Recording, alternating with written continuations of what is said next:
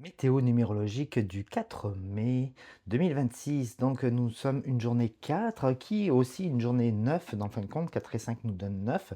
Donc, le 4, il nous amène de la stabilité, de la rigueur, de la discipline. On ramène dans le concret avec une base plus solide. On met de l'ordre, on solidifie. Pour la journée 9, le 9, donc on vient faire du nettoyage, on se détache, on laisse aller, on fait du tri, on garde les bonnes graines pour les ressemer demain. Donc on prend vraiment le soin de bien terminer les choses.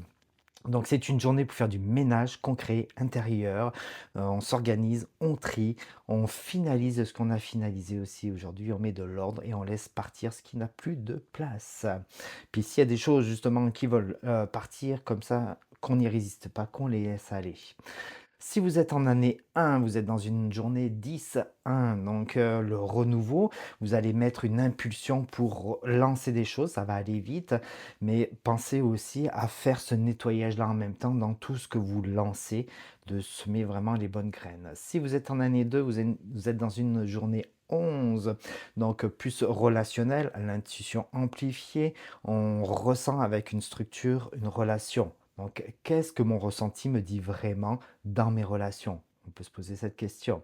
Si vous êtes en année 3, vous êtes dans une journée 12-3. Le 3, il vient exprimer, il vient mettre de la joie, il vient se réveiller. Donc, on revoit la manière de communiquer pour plus de clarté, comme on est dans une journée 9 universelle. Donc, est-ce que je parle pour être compris ou pour être vrai? Si vous êtes en année 4, vous êtes dans une journée 13-4, le renouveau, la transformation, donc une instabilité possible, même un cadre pour canaliser l'énergie. On doit mettre ça. Donc, où ai-je besoin de me structurer pour éviter de me disperser? Si vous êtes en année 5, vous êtes dans une journée 14-5, donc c'est aujourd'hui, il y a de l'instabilité aussi qui peut être là.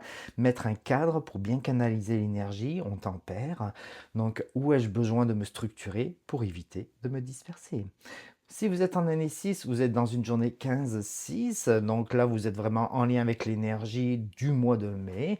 Donc on fait des choix avec maturité, on accueille ce qui veut se transformer, ce qui veut brasser et on regarde qu'est-ce qu'on en fait. Donc est-ce que je choisis avec le cœur ou je choisis avec mes peurs? Si vous êtes en année 7, vous êtes dans une journée 16-7, donc la journée des relations un peu plus. On fait des prises de conscience, on prend le temps on prend du recul avant de dire quoi que ce soit, donc ce qui me ramène à une meilleure compréhension.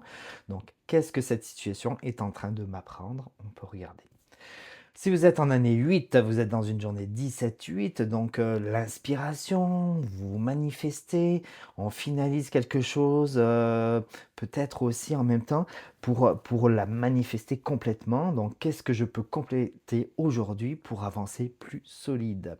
Et si vous êtes dans une année 9, vous êtes dans une journée 18-9, une journée de guérison. On clôture aussi des choses, donc on en profite vraiment aujourd'hui pour faire du tri, pour nettoyer autant nos pensées que nos affaires. Et puis, qu'est-ce que je suis prêt à laisser aller pour de vrai? Donc, l'exercice que je vous propose aujourd'hui, c'est faites quelque chose qui peut vous permettre justement de laisser de la place, de mettre de la lumière tout en faisant la place. Ça va vous permettre ensuite de recevoir des nouvelles choses. Je vous souhaite une belle journée.